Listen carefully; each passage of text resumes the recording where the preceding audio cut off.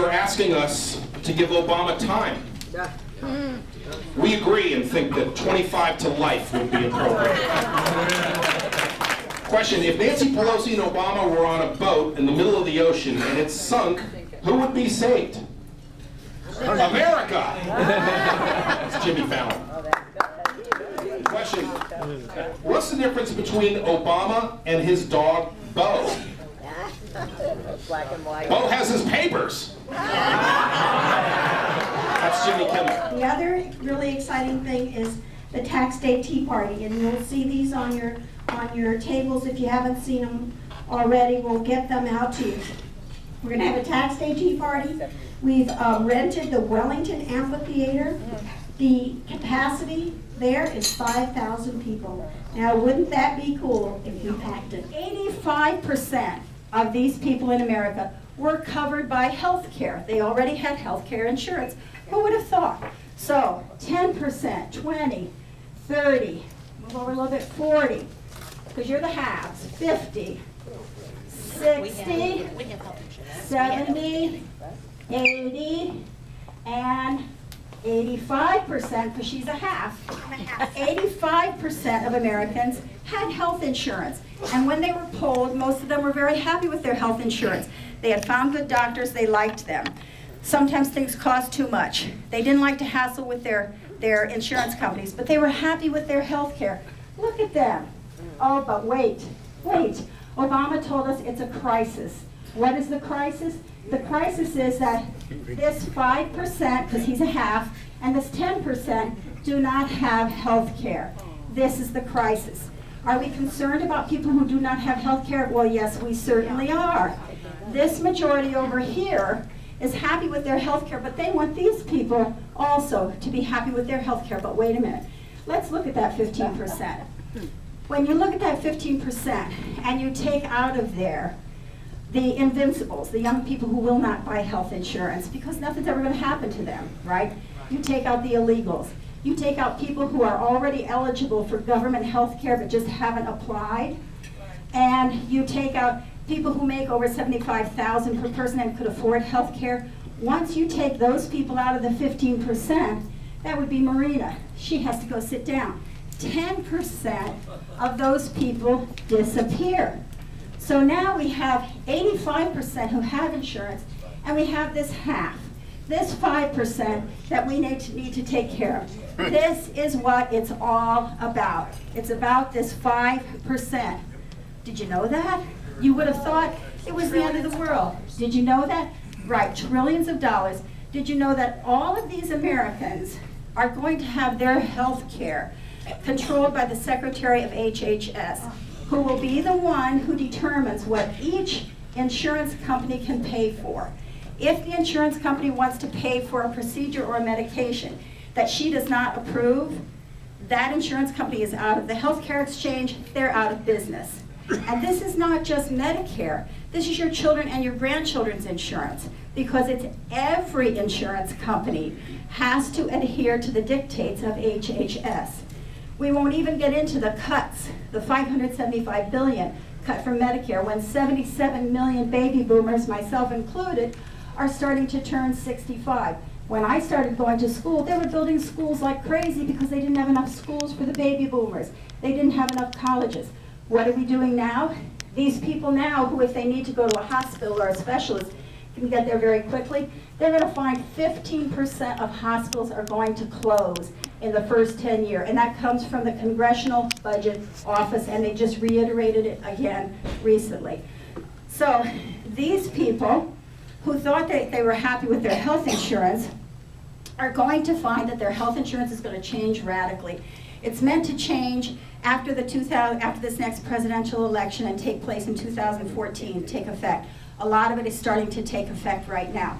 So these people, I'm sorry, you liked your health insurance, you liked your health care, you might as well go sit down right now because your health care is done, toast, whatever you want to call it. Seniors will suffer first and most from this. But this is all to take care of our 5%.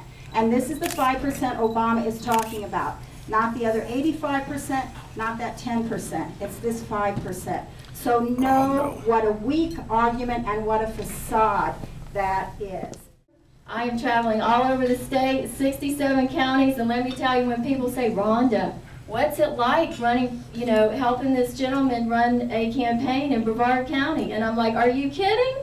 It's 67 counties, and it is so exciting. I'm having the time of my life. And if you are looking for a candidate who is not politics as usual, he's never been a politician, and someone who is out of the box and is up to here with it, this is your candidate. And I am beyond proud to introduce to you candidate Ron McNeil. I tell you what, can't you see her out in the middle of the night with the 22 shooting varmints? Lord have mercy.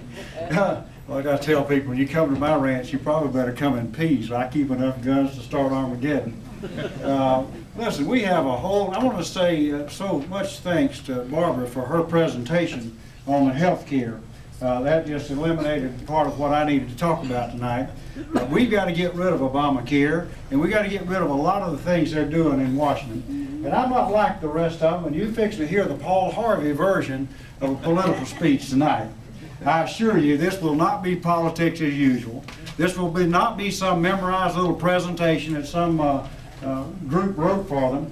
I've written some books. One's called Have We Lost Our Minds? And we have, if we let that bunch stay in Washington in this next November. We don't have 4 more years for the Obamas of this world. We're going to lose our nation. And how many have heard all these little political speeches? I'm 67. I've been hearing them ever since the Goldwater days. That, boy, if we don't control spending and we don't get jobs, and our children and grandchildren are going to suffer. You ever heard that before? I could write all the speeches of the people I'm running against right. It wouldn't take long. You just write one and give it to all 4 or 5 of them. That's all you'd have to do. Because you give the same old foolish speeches thinking that you're gullible enough to fall for that crap. And if you are, we're going to lose our nation. And you know what's going to happen? We are the children and grandchildren. If you think, does anybody here think you possibly can live 5 more years? Put your hand up. You think you can live 5 more years? Come on. You think you can? It's going to be your problem. It's going to be your retirement. It's going to be your job. It's going to be your money. It's going to be your country going down the drain. Your children and grandchildren, they're going to be feared for their lives. And they're going to make the fires over there in Greece and all these places look like some little high school bonfire. Because America is slam full of guns. Thank God there's more of us nice people that's got them than there are the bad people. But the millions and millions of bad people, when you finally lose the entitlements and you lose your nation and you're broke and you have states like Texas seceding from the nation and their country's in total collapse, the bad people are going to steal everything you got. And it won't matter if you got a nice car or a big house with a TV. You'll have to stay in there and watch it because you'll be afraid to go outside. And the rest of us people who are God-fearing Americans that got quite an arsenal ourselves, we're going to shoot back. And this place is going to be turmoil. Now, if that's what you want for a country, just go ahead and send Cornelius Harvey McGillicuddy IV up there again. You know, if he can run as Connie Mack, which was his great-granddaddy's nickname, I've been called Ronnie Mack. I've been a great athlete all my life. I still can hit a ball a mile. I'm 67 now. My son, who's a high school basketball coach, won't even shoot me an horse, but he knows he can't beat me. So I've been Ronnie Mac to all my friends for decades. They all call me. I hear them holler out in a mall or something, "Hey, Ronnie Mac," you know, because that was nicknamed me. Well, Connie Mac's great-granddaddy was a good baseball player, and they nicknamed him Connie Mac. But he's Cornelius Harvey McGillicuddy IV. If he ran as that, he wouldn't get 1,000 votes.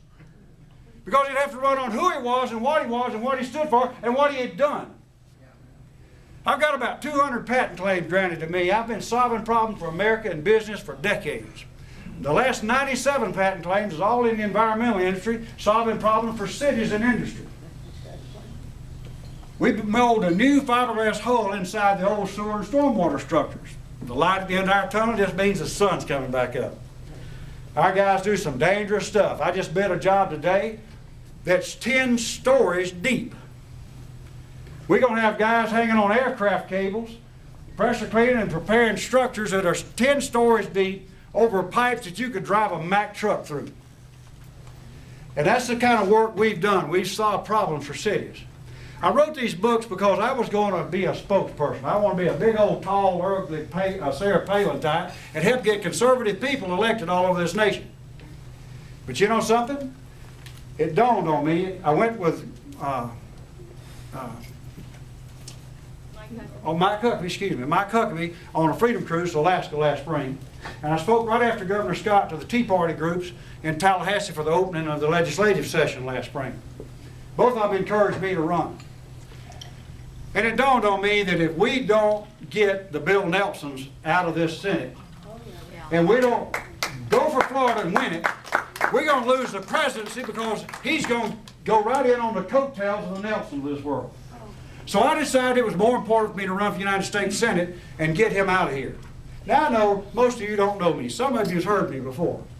Most of you don't know me from Adam. Let me tell you, you will before Election Day. Every Republican voter and every conservative voter in this state is going to know who I am and what I stand for. We're going to change this nation, and we're going to do it now.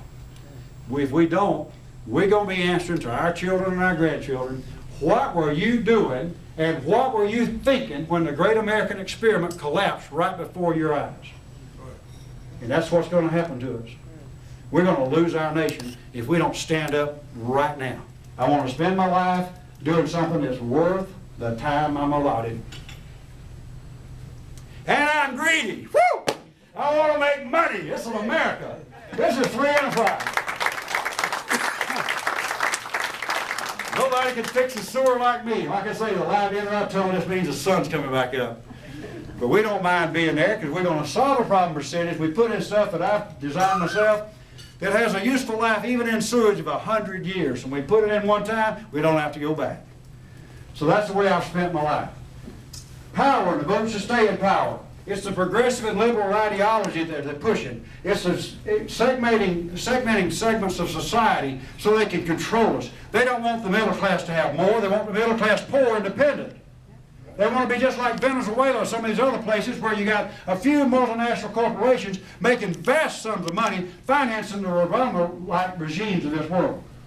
That's what they want. Because you know something? If there's enough of us rich people in this country, enough people with money, enough people that care, enough people that learn your Constitution and learn your rights, we're going to stand up against that tyranny, aren't we?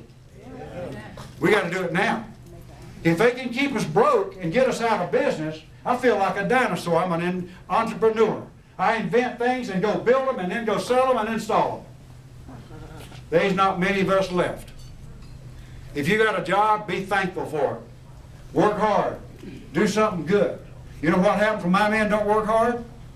You get fired. They get fired. Would you pay a federal government employee what they make to do for you in private business, what they're doing for you in the federal government? Not me. Boy, they told me, one of the Tea Party groups said, man, they're not going to like you in Washington. I said, man, I can't wait to get there because I can't wait to see just how much they don't like me because I already don't like them. I'd fire every one of them. You can't run a business that way. How can you run? We got people up there you wouldn't dare put in your business to do your work. And we put them in position to run our nation. Abide by our United States Constitution. We don't want any law, not Agenda 21, not the UN, not any other organization on this globe to go over American law. The government cannot create quality jobs. It cannot do it. You understand that? The government cannot create quality jobs, but it can eliminate good jobs by taxing and regulating free enterprise. And that's what they've done. They want us all out of business and dependent on the government. Now, what do you have to do? What I want to do is, my plan calls for a 25-year plan of taxes on corporations of 10% of retained earnings. You say, well, they're just going to pass that on to the people. Yes, they are. But if you make America the best place on earth to do business instead of the worst like it is now, corporations from all over the globe will come to America to have their home offices, their distribution centers, and maybe some of their manufacturing plants. And they will make America their profit center, which will make the American dollar strong. It'll make this country full of wealth, and we can hire our people. Then, corporations making those profits here for everything they sell all over the globe will put their money in American dollars, making our American dollar safe and sound again, and they will pay taxes into our government for what they sold and made profits on all over the world.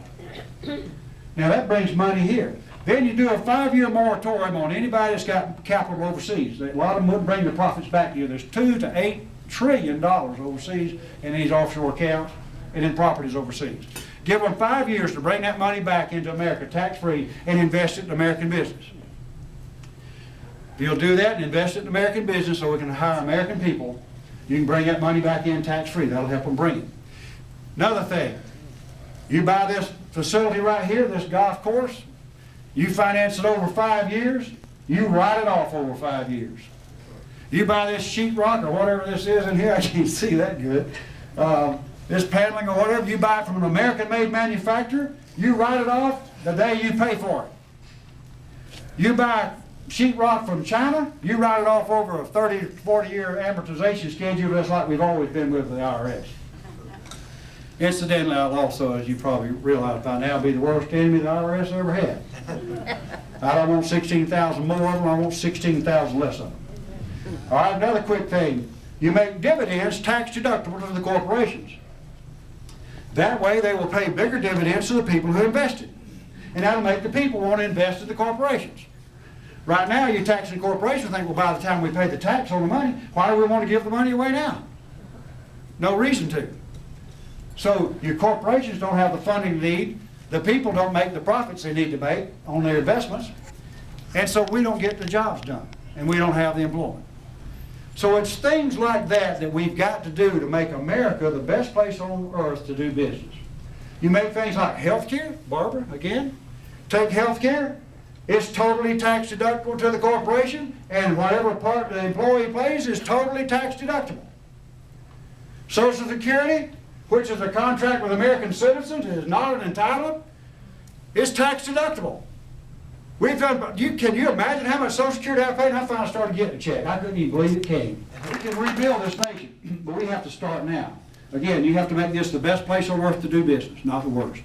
And if you don't get the employment back, and you don't make, I want a commitment, just like Kennedy made in the 60s to put a man on the moon in that decade. I want this to be the decade we make America energy independent of all other nations on this planet.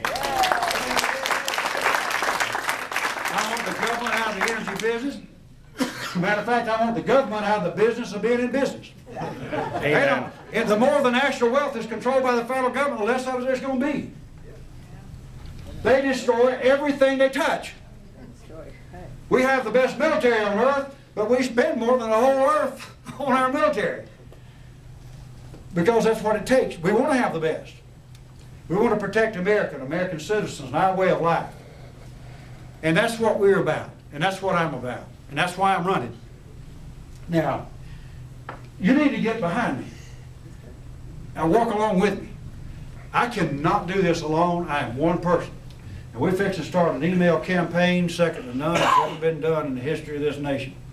We're going to do things with all the video clips and all the things on it, and you're going to see before Election Day, everybody in this dadgum state's going to know who I am, like it or not. A lot of them ain't going to like me because I'm going to make most of them get a job. But I need your help. You want your nation back? You want to be proud of America? It's time to do it. And like I said earlier, my signatures appeared on the front side of thousands and thousands and thousands of paychecks. You know, these people I'm running against, a little different. They endorse the back of theirs, I think, when they make deposits. A lot of difference.